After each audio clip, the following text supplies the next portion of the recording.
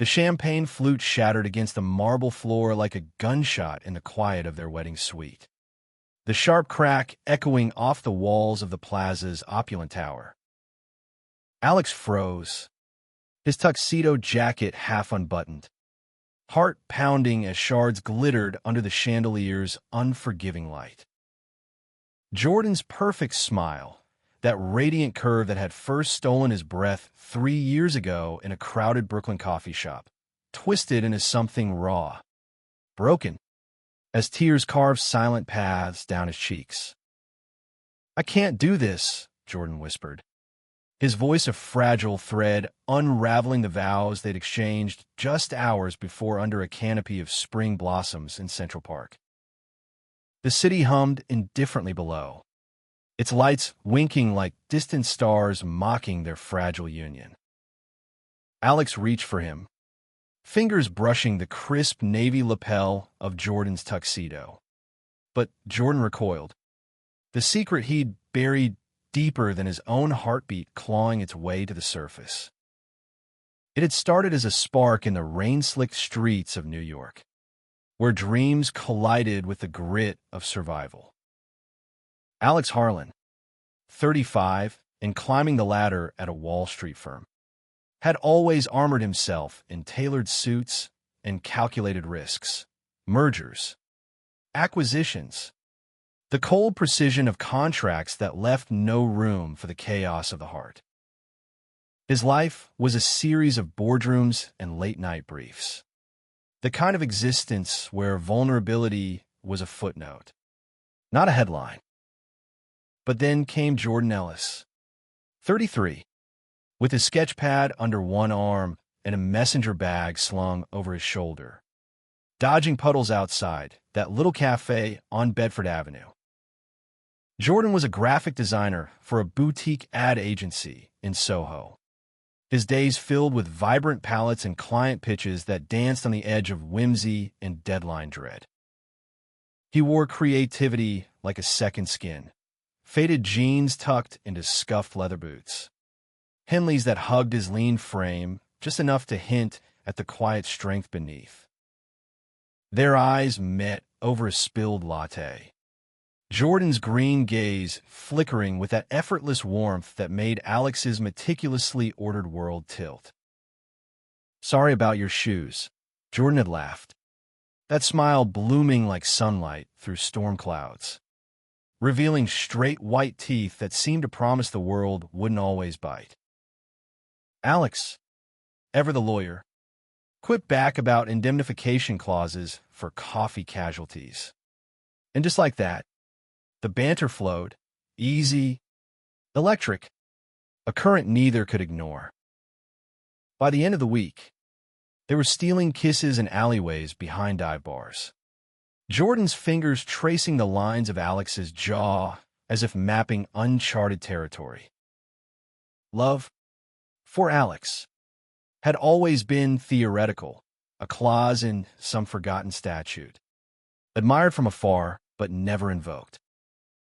With Jordan, it became visceral, a pulse that quickened in the small hours when they'd collapse onto Alex's king-sized bed in his Upper East Side apartment, the city skyline a silent witness to their tangled limbs and whispered confessions. Jordan's laugh was a melody Alex replayed in the sterile hum of depositions, his touch, a balm against the sting of lost cases. They built a rhythm, Sunday brunches at hole-in-the-wall diners, where Jordan sketched caricatures of grumpy waitstaff on napkins, Alex's hands steady under the table, anchoring them both. Weeknights blurred into collaborative chaos. Jordan's designs splashed across Alex's laptop screen during brainstorming sessions that devolved into pillow fights and slow, deliberate explorations of each other's scars, both literal and otherwise. Jordan's past was a watercolor sketch, blurred at the edges. He'd mention a nomadic childhood in the Midwest, Ohio cornfields giving way to Chicago's relentless pulse, but details evaporated like morning mist.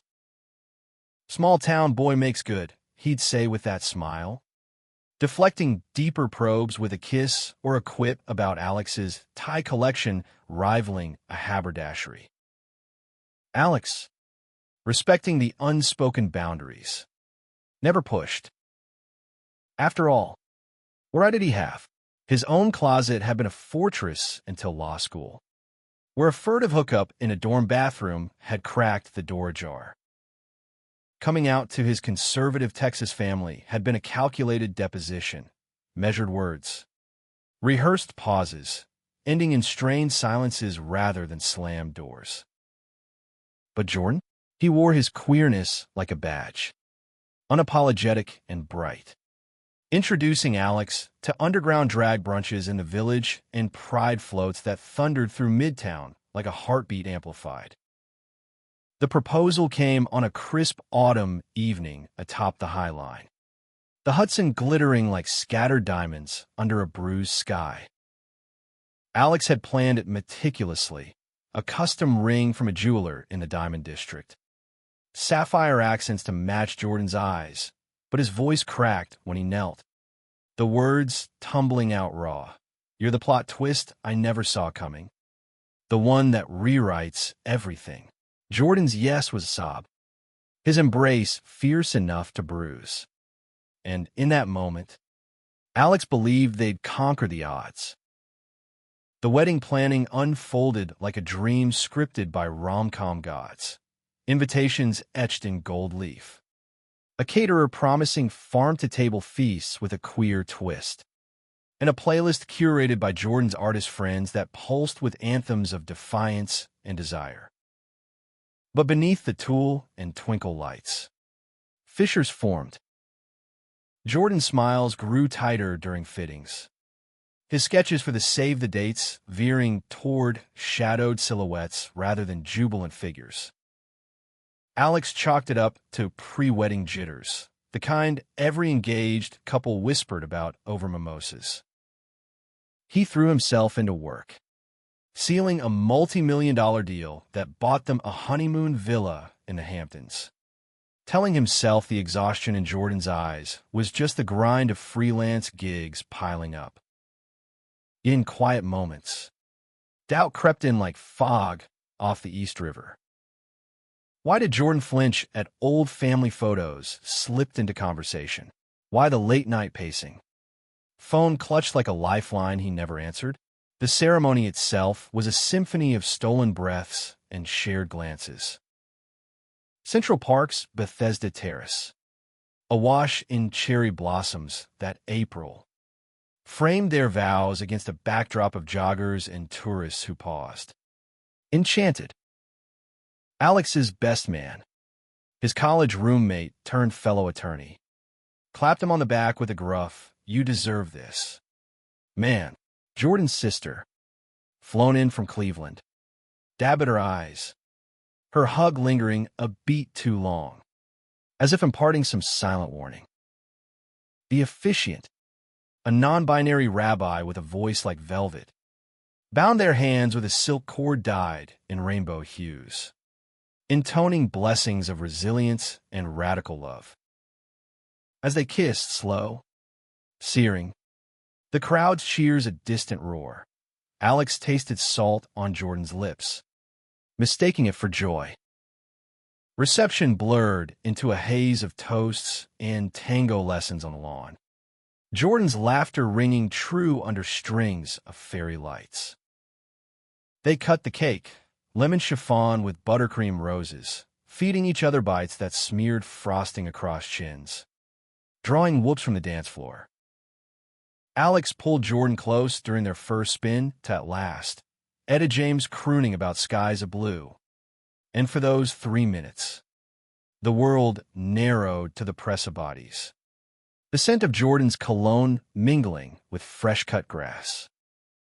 "Forever starts now," Alex murmured into the crook of his neck, feeling Jordan's nod more than hearing it. Then, the suite. The elevator ascent felt eternal. Hands intertwined, anticipation thrumming like a live wire. The door clicked shut behind them, and Alex turned, intending to sweep Jordan into his arms, to peel away layers of fabric and formality until it was just skin and size. But Jordan lingered by the window, silhouette etched against the neon veined night, his reflection fractured in the glass. "Alex," he started, voice thick, and that's when the flute slipped from his fingers, exploding the illusion. The silence stretched, taut as a wire about to snap. Alex stepped over the wreckage, glass crunching under his polished loafers, and cupped Jordan's face, that face he'd memorized in every light, from dawn haze to midnight glow. "What is it? Talk to me." Jordan's eyes, those emerald pools Alex had drowned in willingly, now swirled with tempests. He pulled away, sinking onto the edge of the four-poster bed, head in hands. "I thought I could bury it. God, I wanted to. But it's eating me alive." The confession spilled out in fragments, each word a shard embedding deeper. Jordan hadn't grown up in cornfields. He'd fled them at 17, black eye blooming from his father's rage. A Bible thumped against the kitchen table like a gavel pronouncing damnation. Faggot, the word hurled like a weapon, followed by fists that left bruises no makeup could conceal. His mother, eyes averted, had whispered apologies through cracked doors, but love in that house was conditional, a transaction doled out in scraps. So he'd run to Chicago, then New York, couch surfing in lofts where acceptance came laced with expectations, casual hookups that left him hollow, gigs that paid in exposure rather than rent. But the real secret, the one that clawed at his throat now, it was the letter, arrived 2 weeks ago in a plain envelope postmarked Cleveland, slipped into his mailbox like a ghost from the grave. His father, dying of liver failure. The bottle's final betrayal, seeking absolution. Not from God, but from the son he'd cast out. "He wants to see me," Jordan choked, fists clenching the duvet. "Says he's sorry, that he was wrong. And part of me, Alex, part of me wants to believe it. To go back, to close the circle before he goes. But if I do, it'll shatter everything we've built. My sister warned me he'd pull this. Use guilt like a noose." Alex knelt before him, the tuxedo pants pooling like spilled ink, hands steady on Jordan's knees. Rage simmered in his chest, not at Jordan, but at the monster who'd forged this fracture, yet beneath it, a fierce protectiveness bloomed. "You're not that boy anymore," he said, voice low, threaded with the steel he reserved for cross-examinations. "You don't owe him your peace." "We don't," but Jordan shook his head, tears falling unchecked. "It's not just him. It's me. I've been carrying this poison, letting it seep into us. Every time you talk family, I swallowed it down, smiled through it, because I couldn't bear to taint what we have. But tonight, our night, I can't start our life with this lie between us." The air thickened, charged with the weight of unspoken fears. Alex rose, pulling Jordan to his feet, their foreheads touching in a communion older than words. "It's not a lie if we face it together," he murmured, thumbs brushing away the damp trails on Jordan's cheeks. "I've built my career on secrets, clients hiding fortunes, spouses burying affairs. But you're my truth." Jordan's breath hitched, that perfect smile flickering back, tentative as dawn.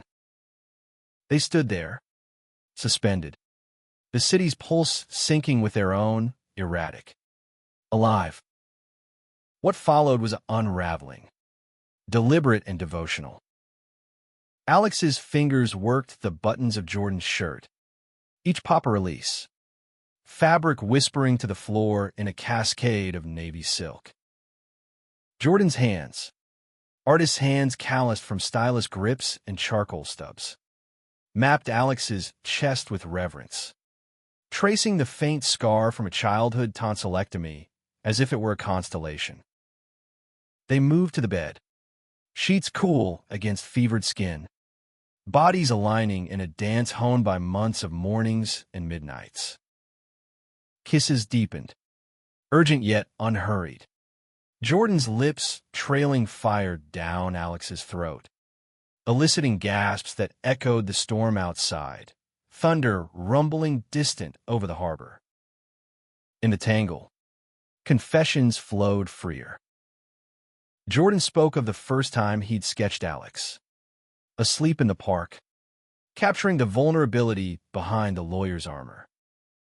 Alex admitted the terror of loving so fiercely, the fear that one day the world would demand he choose between heart and ambition. Vulnerability bridged them, turning fracture lines into fault lines of strength. As climax crested, waves crashing in unison, cries muffled against shoulders, the secret didn't tear, it transformed, alchemized into a vow renewed. Dawn crept in, painting the suite in roseate hues, the skyline softening from jagged edges to welcoming arms. Jordan stirred first, his head pillowed on Alex's chest, fingers idly tracing the ring that bound them. "What now?" he whispered, voice steadied by the night's catharsis. Alex pressed a kiss to his temple, the scent of their mingled sweat and sandalwood a grounding perfume. "We write the ending. Together." The days that followed were a negotiation, not of terms, but of trust. Jordan penned a letter back, measured, unflinching, granting his father a final meeting. But on neutral ground, a coffee shop in neutral Jersey, Alex at his side like a sentinel. The confrontation unfolded in halting breaths, the old man's frame shrunken, eyes roomy with regret, words stumbling over apologies rusted by years of denial. "I was scared," he rasped, hands trembling around a styrofoam cup. "Scared of what I didn't understand. But I see it now, the man you've become." Jordan listened, heart a battlefield, but when he stood, it was with closure's quiet grace. "Forgive, maybe in time. But understand this, I'm whole. And loved." Words spread ripples through their circle, toasts at brunches turning tender, friends wrapping Jordan in hugs that spoke volumes. Alex is firm, ever the bastion of progress. Even hosted a panel on queer family dynamics, Jordan's designs gracing the invitations. Their honeymoon in the Hamptons stretched into weeks of salted air and sandy walks, where secrets surfaced like seashells polished, examined, then released into the tide. Yet drama lingered, unbidden.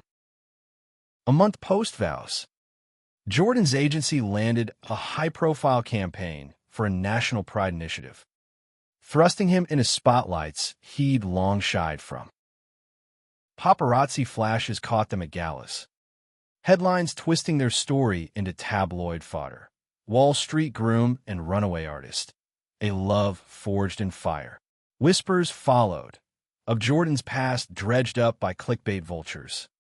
His father's obituary spun into a cautionary tale. Alex fielded calls from concerned partners, his temper flaring in boardrooms where tolerance was preached but prejudice simmered. One night, after a particularly vicious online troll storm, Jordan curled into him on the couch, screamed glowing accusations. "Am I worth this?" he murmured, voice small. Alex shut the laptop, drawing him close amid the clutter of takeout containers and half-finished briefs. "You're worth every fight," he vowed, the words a contract etched in soul. They channeled the storm into creation, Jordan's next project, a graphic novel series on queer resilience. Illustrated with Alex's input, panels of fractured smiles mending into symphonies. It debuted to acclaim.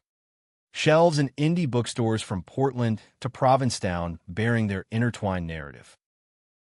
As autumn leaves turned the park gold once more, they returned to Bethesda Terrace. Hands linked, rings catching the light. A new chapter beckoned, talks of adoption, of building a family not bound by blood but by choice. Jordan's smile, ever perfect, now held depths, lines of laughter earned, shadows embraced. Alex, once a man of clauses and contingencies, found freedom in the unscripted, in the man who'd taught him that love wasn't a verdict, but a verdict suspended, rewritten daily.